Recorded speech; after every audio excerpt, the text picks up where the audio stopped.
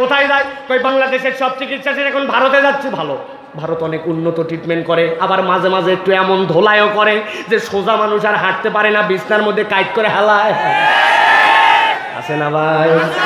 যারা ভারতকে কলিজার মধ্যে নিয়েছিল ওদেরই দুই একজনের মাজার হাড্ডি আউট করে দিছে, খবর জানেন তো না? যাও যাও, তারপরেও বাচ্চার ট্রিটমেন্টের জন্য যাও। ভারত থেকে একটা বাচ্চা যদি পাওয়া যায় ট্রিটমেন্ট করে না, ভারতে ট্রিটমেন্টের জন্য যাচ্ছে না, যাচ্ছ কোথায়? কই কেউ ফেরে না খালি হাতে, খাজা বাবার দরবারেতে 1,01,101 টাকার মান্যত নেই। খাজা বাবা কি তোর বাচ্চা দেয় নাকি? নাউজুবিল্লাহ, খাজা বাচ্চা দিবে কেমন করে? তো যাচ্ছ কেন? বলে হুজুর এইটা জানেন না, উনি বড় আল্লাহর ওলি, ইবাদত করতে করতে আল্লাহর এমন প্রিয় পাত্র হয়ে গেছে, উনার কাছে মান্যতটা দিলে, উনার মাজারে দিলে উনি খুশি হয়, উনি খুশি হলে আল্লাহ খুশি হয়, আল্লাহ খুশি হলে বাচ্চা দেয়। এইটা উনি দেয় না, কিন্তু উনার মাধ্যম দিয়ে আল্লাহরে খুশি করে নেওয়া লাগে। আপনার এই ঈমান যদি থাকে, আপনার দাড়ি টুপি জুব্বা যত বিষয় আল্লাহ আল্লাহ বলেন না কেন, আপনি ঈমান বুঝেন নাই। আপনার ঈমান আর আবু জেহেলের ঈমানের মধ্যে মৌলিক পার্থক্য নয়। এরকম নামধারী মুসলমান আছে কি নাই? ভালো করে ঈমান বোঝেন। বলে দিয়েছেন তো ইন্নাল্লাযীনা আমানু, আমি ঈমানদার। এত সোজা না। ভাটায় ইট আছে, ইট পুড়ায়। ইট পুড়ানো দেখছেন কোনোদিন?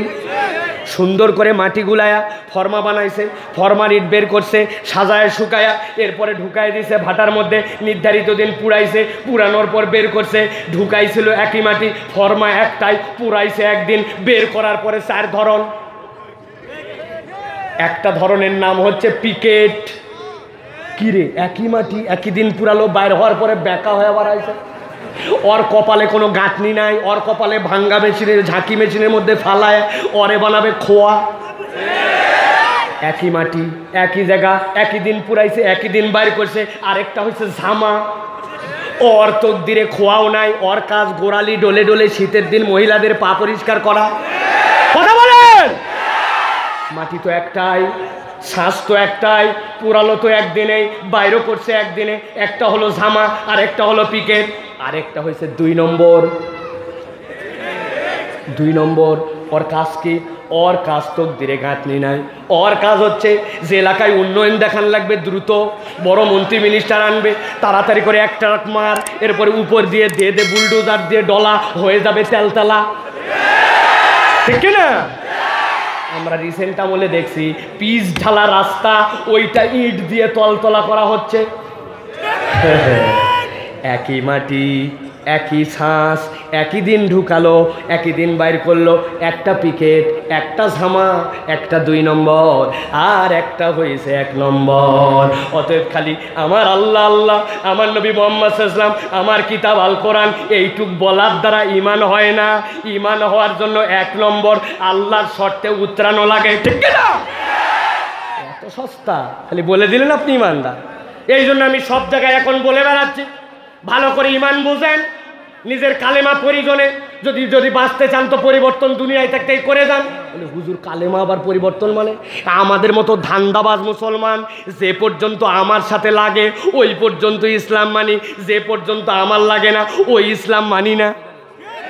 নামাজের ইসলাম ভাল লাগে, রোজার ইসলাম ভাল লাগে, কিন্তু যদি বলা হয় আল্লাহ তো দণ্ডবিধিও দিছিল, চোর যদি যত বড় ভিআইপি হোক তার বিধান কি, জেনাকারের বিধান কি, আল্লাহর আইনে এই শাস্তি আছে কিনা? এই বক্তাটা মনে করছিলাম কোনো দলের না, শেষ পর্যন্ত কেউ দেখি দলের কথা বলে।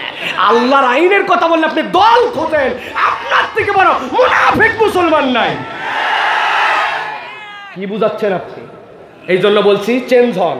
বলছেন না আমানতু বিল্লাহ ওয়া মালাইকাতিহি ওয়া কুতুবিহি, বলছেন না? ওয়া কুতুবিহি মানে কি? কিতাবের যা আছে তাই সব কিছু। ঠিক কি না? আপনি কালেমা পরিবর্তন করেন ভাই, সুবিধা আছে, চান্স আছে একটা। আমানতু বিল্লাহি ওয়া মালাইকাতিহি ওয়া কিছু কিছু কুতুবিহি। কি বলবেন? কি বলবেন? আমানতু বিল্লাহি ওয়া মালাইকাতিহি ওয়া কিছু কিছু কুতুবিহি। এই কথা যদি বলেন, বাটাম একটাও মাটিতে পড়বে না, কবর থেকেই বাটাম শুরু হবে। ঠিক কি না? অতএব প্রিয় ভাইরা, এইরকম কোনো কিছু